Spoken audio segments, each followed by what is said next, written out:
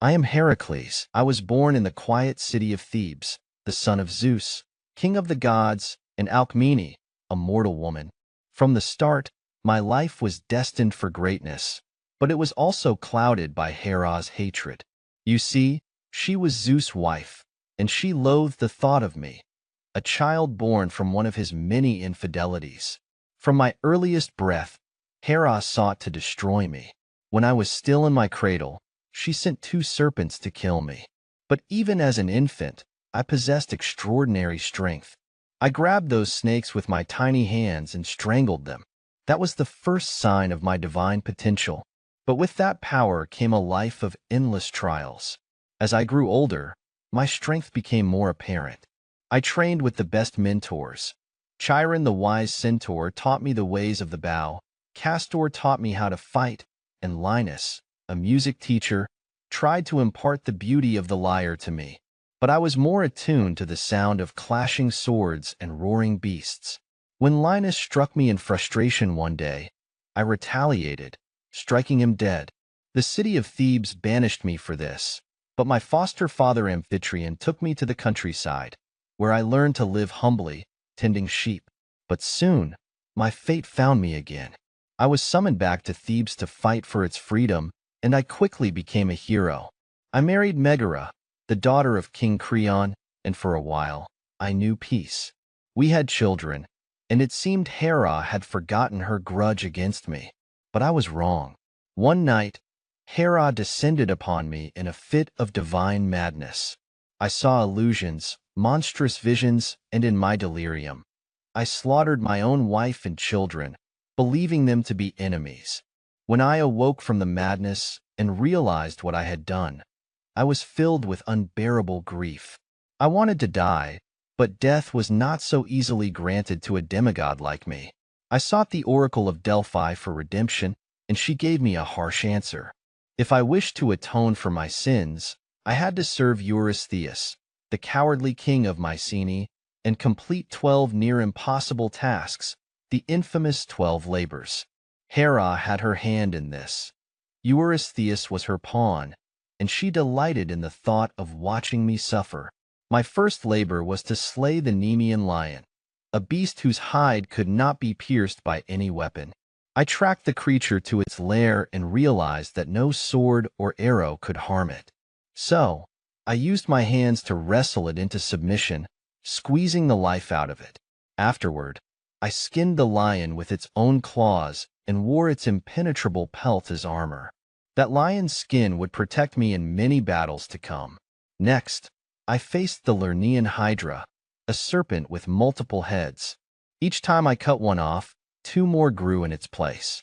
With the help of my nephew Iolaus, I devised a plan. I cut off the heads, and he seared the necks with fire, preventing them from regenerating. Hera, seeing I was succeeding, sent a giant crab to attack me, but I crushed it underfoot. When I finally severed the immortal head of the Hydra, I buried it under a rock, ensuring it would never return. The next labor took me far away from the world of monsters. I had to capture the Ceryneian hind, a sacred deer of Artemis. It was fast, too fast for even me, and for a year I chased it across lands and rivers. When I finally caught it, I had to be careful not to harm it, for it was a creature beloved by the gods. Artemis herself appeared to me, angry that I had laid hands on her deer, but when I explained that I was only following the will of Eurystheus, she relented and allowed me to take the hind. My next challenge was to bring back the Erymanthian boar alive. This monstrous beast terrorized the countryside, and when I tracked it down, I chased it into a snowbank, where its movements were slowed. I bound it and carried it back to Eurystheus, who cowered in fear when he saw the beast. He ordered me to release it far from his kingdom. Then came a labor of filth, the Augean stables. King Augeas had thousands of cattle, and their stables had not been cleaned in years. The task seemed impossible, but I knew the land well. I diverted 2 rivers to flow through the stables, washing them clean in a single day. Augeas refused to reward me, but I did not care. I had completed the task. My next labor was hunting down the Stymphalian birds, creatures with metal feathers that could pierce flesh. They nested in a swamp, and no one could approach them. I crafted a pair of bronze castanets, gifted to me by Athena, and used their sound to startle the birds into flight. Then, with my bow, I shot them down one by one. Then I was sent to capture the Cretan bull. This beast had been wreaking havoc on the island of Crete, and I wrestled it into submission, dragging it back to Mycenae. It was yet another terror that Eurystheus was too frightened to face. Next, I was tasked with obtaining the mares of Diomedes, flesh-eating horses. Diomedes, their cruel master, fed strangers to these beasts. I turned the tables on him, feeding Diomedes to his own mares, which calmed them enough for me to capture them. The next labor took me even further from Greece. I was to retrieve the girdle of Hippolyta, queen of the Amazons. I set sail for the land of these warrior women, and Hippolyta, impressed by my strength, was willing to give me the girdle. But Hera, always scheming, spread rumors that I was there to kidnap the queen. The Amazons attacked, and in the ensuing battle, I had no choice but to kill Hippolyta. It was not how I wished to complete the task, but I secured the girdle and returned to Mycenae. For my 10th labor, I journeyed to the far west to steal the cattle of Geryon, a monstrous giant with 3 bodies. To reach him, I had to cross the desert, and it was in that place that I grew so frustrated with the heat that I shot an arrow at the sun. Helios, the sun god, admired my boldness and gave me a golden cup to sail across the sea. When I reached Geryon's land, I fought and killed the giant and drove his cattle back to Greece. I thought my labors were complete, but Eurystheus claimed that 2 of them, the Hydra and the Augean stables, didn't count because I had received help. So, he assigned me 2 more labors. For the 11th, I had to retrieve the golden apples of the Hesperides, treasures guarded by a 100-headed dragon. I didn't even know where these apples were, but I set out to find them. Along the way, I met Prometheus, the Titan who had been chained to a rock for giving fire to humans. I freed him, and in return, he told me how to find the apples. When I reached the garden, I sought the help of Atlas, who held the sky on his shoulders.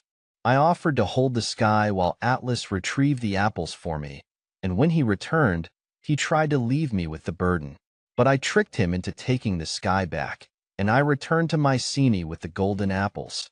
My final labor was the most daunting of all. I was to capture Cerberus, the 3-headed guardian of the underworld. I descended into Hades, where I met the god of the dead and asked for permission to take his dog. Hades agreed, but only if I could subdue Cerberus without any weapons. Using my bare hands, I wrestled the monstrous creature into submission and brought him to Eurystheus, who was so terrified that he hid in a jar.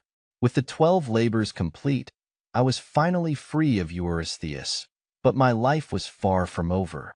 I had many more adventures, fighting giants, seeking redemption, and helping others in need. Eventually, I would meet my end, poisoned by a shirt soaked in the blood of the centaur Nessus, who had tricked my wife into thinking it was a love charm. As the poison coursed through my veins, I built a funeral pyre and lay upon it, ready to end my suffering. Zeus, my father, took pity on me and sent Athena to carry me to Olympus, where I became a god. My mortal suffering ended, but my legend lived on. I, Heracles, became immortal, a symbol of strength, endurance, and the struggle for redemption. My deeds, both noble and flawed, echoed through the ages,